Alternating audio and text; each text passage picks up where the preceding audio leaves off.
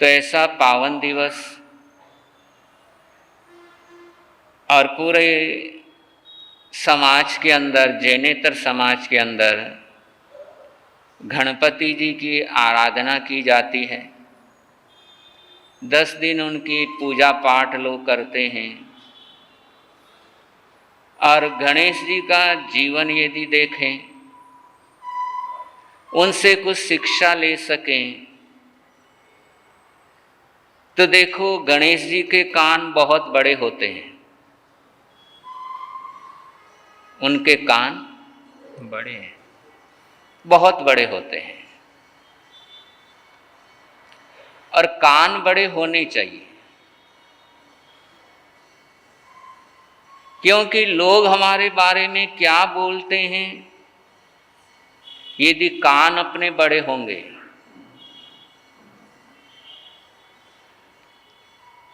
तो टेंशन अपने को नहीं आएगा।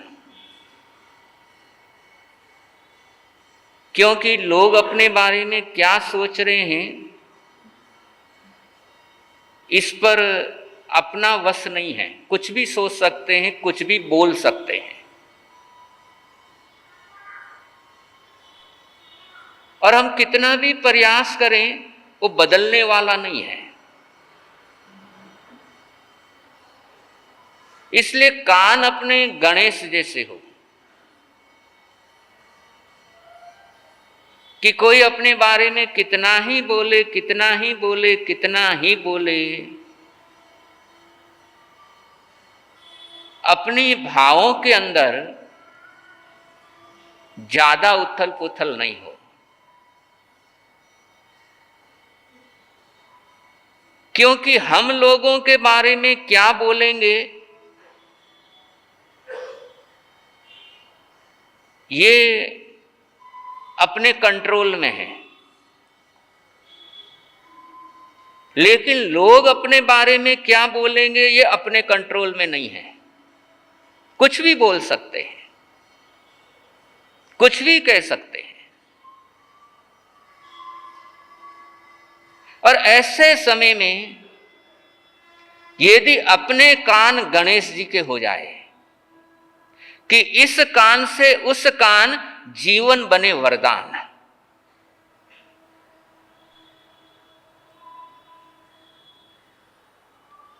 जीवन वरदान बन सकता है यदि इस कान से उस कान, बहुत से बातें होती है जो इस कान से उस कान करनी ही होती है। और यदि वो नहीं कर पाते हैं, घर के अंदर आप 5-7 सदस्य हैं, कोई सदस्य अपने बारे में कुछ भी बोल सकता है।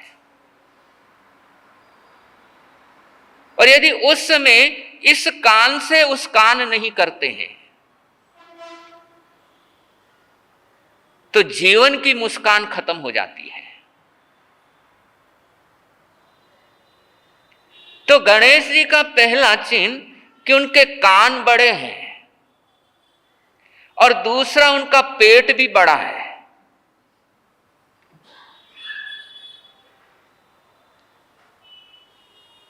और पेट बड़े होने से मतलब उनको हजम करने की ताकत जबरदस्त है।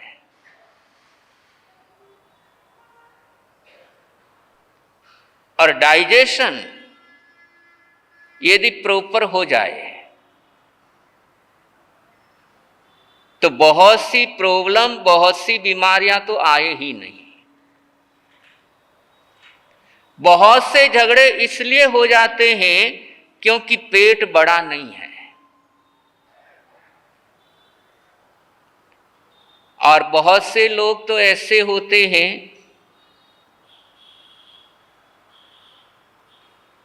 पुराने जमाने में पोस्ट कार्ड चलता था। लिखा है पोस्ट कार्ड किसी ने?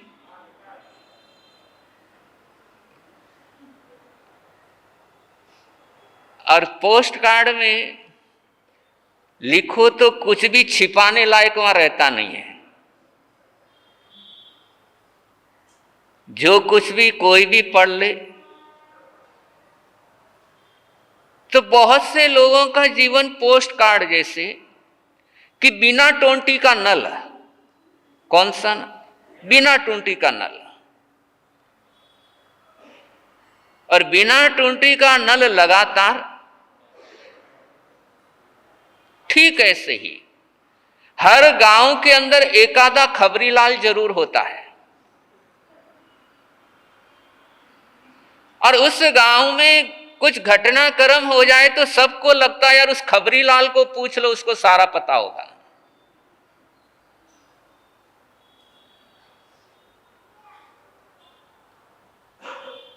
और वो खबरीलाल भी सारी जानकारी रखता है, और वो ये भूल जाता है कौन सी बातें बताने के लिए है और कौन सी बातें पचाने के लिए है। बहुत सी बातें बताने के लायक होती हैं और बहुत सी बातें पचाने के लिए होती है। और पचाने वाली बातें यदि बताने लग जाएं तो समस्या हो सकती है।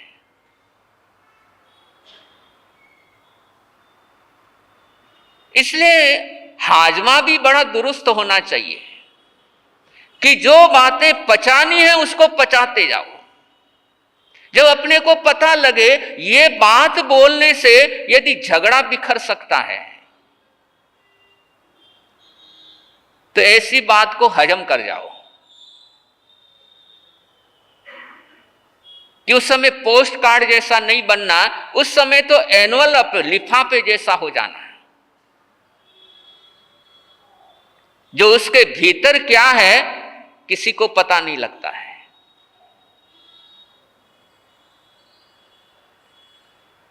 और ये तब होता है जब हाजमा अपना तंदुरुस्त रहता है,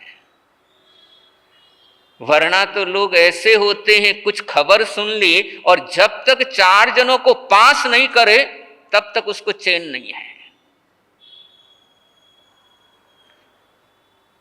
और जरा सा बोल दो फोन करके यार उधर वहां ऐसा हुआ था, और बाद में बोलो बाद में बताऊंगा तो बोलेगा नहीं नहीं अभी बता क्या हुआ। और यदि वो नहीं बताए तो तुरंत दूसरे को फोन करना ही करना, यार वहां क्या हुआ था।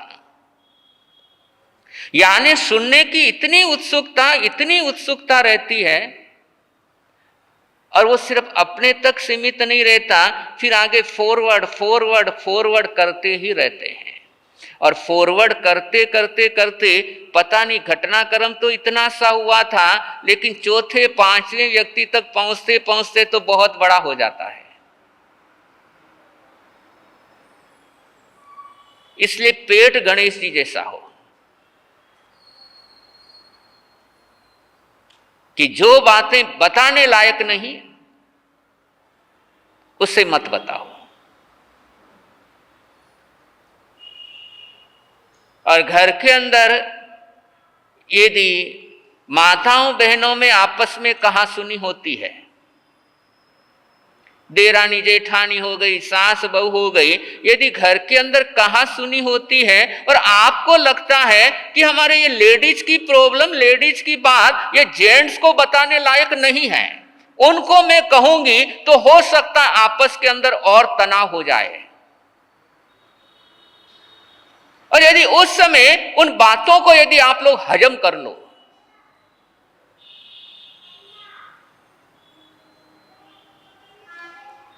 तो घर का माहौल कितना सुधर जाए।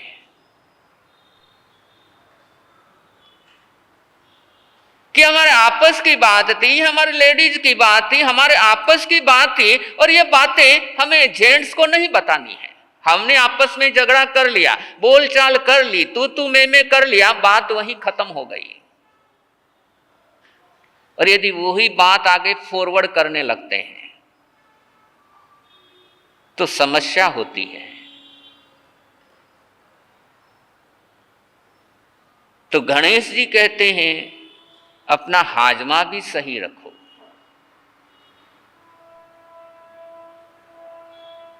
और जो बातें बोलने लायक नहीं उन बातों को हजम कर जाओ। और गणेश का यदि पूरे परिवार की तरफ नजर डालें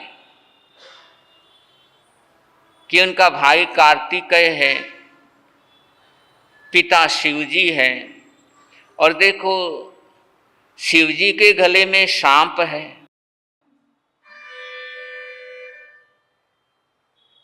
कार्तिकेय का वाहन मयूर है, मोर है, गणेश जी का वाहन चूहा है। सांप और मोर की आपस में बहुत दुश्मनी है। मोर सांप को छोड़ता नहीं है देखते ही, सांप चूहे को ही देखते छोड़ता नहीं है। लेकिन आपस के अंदर इतनी शत्रुता रहते हुए भी तीनों एक परिवार के अंदर भी शांति से रह जाते हैं।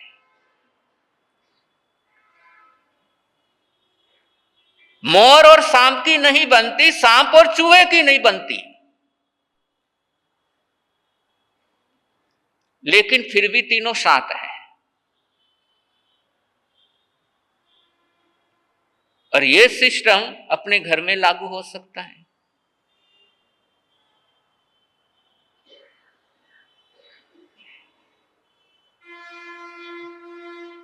कि तीनों की आपस के अंदर दुश्मनी नहीं बनती है, और हो सकता घर के अंदर भी विचारों के अंदर तालमेल नहीं बैठता है। पिता पुत्र के बीच में विचारों के अंदर तालमेल नहीं जम रहा है। देरानी जेठानी के बीच में हो सकता है, सास बहू के बीच में हो सकता है, विचार भले ही विपरीत हो लेकिन फिर भी प्रेम से रहा जा सकता है। असंभव नहीं है।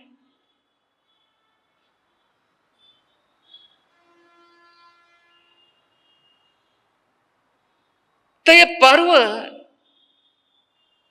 कुछ ना कुछ हमेशा प्रेरणा लेकर के ही आते हैं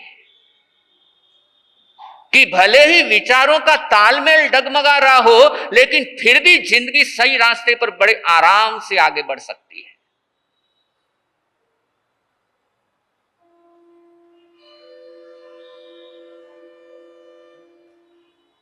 तो ऐसे गणेश जी